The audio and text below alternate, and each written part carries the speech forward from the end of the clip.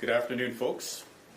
At 12:01 p.m. today, we declared a provincial state of emergency due to the wildfire situation in northern Manitoba, as well as a couple of large communities going to mandatory evacuation over the past 24 hours. We are going to be asking Manitobans to help out in a number of ways, and we want to really underscore just how serious this wildfire season is. I also want to take this opportunity to thank all the folks on the front lines, the firefighters who've been battling the blazes for about 2 months now, for the folks who have been helping with evacuees, for the local leaders who are making some really tough decisions, for the health and paramedic response. The community level response as well has been outstanding. So we really want to thank you all for stepping up on behalf of the province of Manitoba. So we had Snow Lake face a really tough fire situation yesterday, and they moved to a mandatory evacuation. We have a large number of people coming out of that community. And then earlier today, Garden Hill First Nation also declared a mandatory evacuation. And there's more than 4,000 people who will be coming out of that First Nation. In Garden Hill, the Canadian Armed Forces arrived on the ground yesterday evening with a Hercules aircraft. They also brought in a team to help plan the evacuation of that community. Today, there are many Hercules flights planned to move out a number of people, as well as commercial flights. We'll get to more details on that in just a second. I want to pause here to thank the federal government. We've been engaging with them extensively over the past few weeks, and in particular over the past 24 hours. They have been a wonderful partner, and of course having the military on the ground here in Manitoba to help us out again during this wildfire season is a sign of the strong partnership that we have. The primary reason that we have called this latest state of emergency is because we need access to more facilities to be able to shelter this large number of Manitobans who are being forced to flee their homes due to wildfires. In the first round of the wildfire season, of course, you know that we stood up the Leela facility. That has been stood up again recently, and there were people staying there last night. We expect many, many more to be staying there tonight. City of Winnipeg, another excellent partner, has stepped up with the Billy Mosienko Arena. And very shortly, under the emergency powers, we will be moving forward with an order so that we have access to the RBC Convention Center in downtown Winnipeg. Now, we are trying to ensure that we are balancing the needs of these evacuations while working with other organizations like this. So the current plan is that there is a large event, an anime convention, at the convention center this weekend. We're trying to plan around that so that people who have traveled into the city will be able to carry out that event. But again, we are looking to scale up very quickly and doing our best to accommodate a balancing act between those activities and the very emergent needs of wildfire evacuees and northern communities across Manitoba.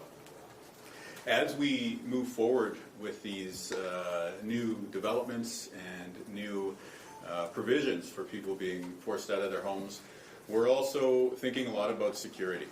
I want to thank the Winnipeg Police Service for the excellent work that they've done. You all saw news earlier this week about charges being laid in relation to what's alleged to be drug trafficking at hotels housing evacuees.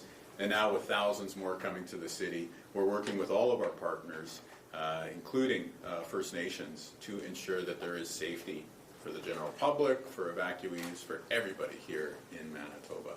So we have stood up a number of innovative responses that haven't been used in previous wildfire or emergency situations. One example is the Spirit Team. This is a grassroots-led, grounded in Indigenous traditions approach that sees a group of folks that we've retained head out into the hotels, head out into the shelter facilities, and just be somebody that an evacuee can talk to who's not in a uniform. Maybe bringing that more calm atmosphere and the familiarity of being able to crack a joke at the same time that you're trying to counsel somebody through a very difficult situation. We're going to be using a lot more approaches like this in combination with law enforcement, in combination with provincial officers to be able to manage this upcoming evacuation scenario that we're working through. So those are some of the very high-level points. I think we'll turn it over for a wildfire and emergency management update, and then I'll add a few words at the end before we take questions. Okay. Thank you, Premier. I'm Kristen Hayward. I'm the Assistant Deputy Minister responsible for the Wildfire Service with Natural Resources and Indigenous Futures. As of today, there are 105 active fires burning in the province of Manitoba. We have had 261 fires to date, and the 20-year average on this date is 197. We've done a bit of stats as of end of day, July 8th, so these are a couple days old, but I just wanted to provide some context on how this season compares to other seasons. And I'll just note these numbers will have increased since that time because we've had active fires, but it gives you still a bit of a perspective. So the area burned as of July 8th was just over 1 million hectares. The 20-year average to that date would only be 94,000 hectares. So what we're looking at is somewhere in the neighborhood of nearly 11 times the 20-year average for hectares burned. This is the worst year in our 30-year electronic record, so we have records going back to 1995, and the area burned is the worst that we've seen in all of those 30 years. The second worst was in 2013 when we burned just over 720,000 hectares. So I'll move on to a few fire updates. Just given the extent of the situation, I'm going to focus on some of the headlines for today, but I'm happy to answer questions on any of the other fires that I may not answer or speak to specifically. So I'll start in the north in Garden Hill. There were 3 fires in that community. If you were looking on our provincial fire view map, you may have seen numbers 79, 82, and I don't have that another number on hand, but from now on those will be referred to as North 79. They've combined. So if you're looking at the map, that's where you look. These are in the community of Garden Hill, and were both very active, all fires were active yesterday, showing extreme behavior. There was threat to structures, including the community's fuel tank farm, and that's what prompted the mandatory evacuation of the community, as the Premier mentioned. We expect the fire in that area is now over 2,000 hectares. I'll move on to the Leaf Rapids area. Fire North 26 is the one of primary concern to the community of Leaf Rapids.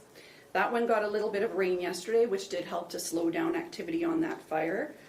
We've been working with Office of the Fire Commissioner to set up sprinklers in key areas in the community, and are working on dozer guards and setting up engine operations in the community in case of an incursion of the fire into that community. North 47 is in the vicinity of Leaf Rapids. This is south of Provincial Road 493, which goes to South Indian Lake. That fire is now over 7,000 hectares and has crossed that road, which has cut off access for the First Nation, as well as burned some hydro poles on the hydro line that services the community. In the Thompson area, Fire North 61 is estimated to be over 10,000 hectares. We don't have an accurate size just yet, but we're looking to get that mapped as soon as we can. That fire, as some of you may have heard, had a pretty significant thunderstorm move through the Thompson area last night. That rain has definitely helped the situation there, giving us an opportunity today to make good progress and continue to shore up mostly the southern side of that fire, which is the side that would be threatening the city of Thompson. In Cross Lake, Pimachikamak Cree Nation area, we've been talking about a couple of fires there, Fire 5 and Fire North 55. Those fires have now combined into one, so going forward I believe we'll call them North 5. The fire remains active in the Genpeg and Whiskey Jack landing area.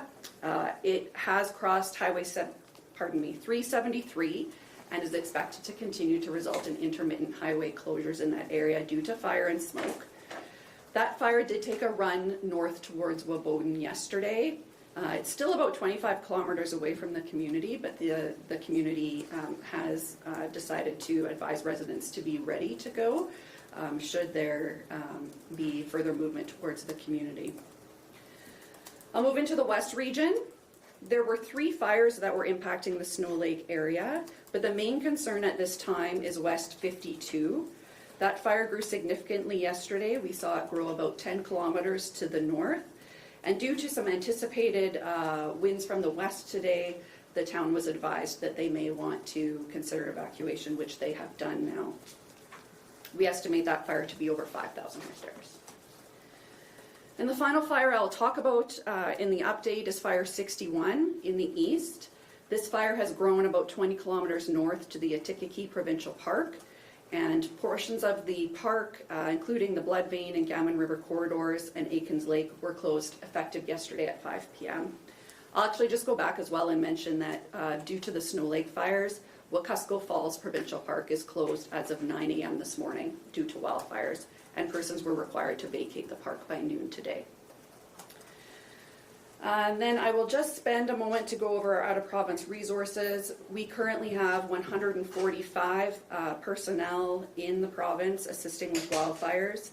This includes 100 firefighters from Mexico, 25 personnel from Minnesota through our Great Lakes Forest Fire Compact, an 11-person incident management team from Parks Canada, and last night we had a 7-person incident management team arrive from New Zealand. Thank you. I'll pass it to Christine. Thank you, Kristen. I'm Christine Stevens. I'm the Assistant Deputy Minister responsible for the Manitoba Emergency Management Organization. As of today, there are 12 states of local emergency that have been declared, and 9 communities are currently under mandatory evacuation orders, with 2 new evacuations that have been declared in the past 24 hours, those being Garden Hill and Snow Lake. As the Premier indicated, we have declared a state of provincial emergency, and I wanted to indicate that as of 1:30 p.m., a broadcast intrusive alert will be sounded to alert the province to that declaration. For folks in Thompson, the City of Thompson is undertaking a pre-registration as part of their pre-planning exercise for evacuations. We do ask people in Thompson to please pre-register using the information on the town's or the City of Thompson's Facebook page, so that they can undertake pre-planning and so that they understand the needs of folks should that community evacuated. Snow Lake did evacuate at noon today. An emergency alert was issued for that community as well. With regards to the request for assistance, a request for assistance was submitted to Canada last night, and the Canadian Air Force did deploy to support evacuation in the community of Garden Hill this evening. A flight was able to transport folks from that community out of the community last night, and a number of flights are planned in and out of that community today. I did want to just request that for folks who have been put under a mandatory evacuation order, we're asking that if you have left your home or the area that's been evacuated, that you not return to that area once you've left. It's essential that workers are able to focus on fighting the fire, and it can put you and first responders at risk. So we are asking that once you evacuate an area, you stay out, please. And I'll hand it back to the Premier.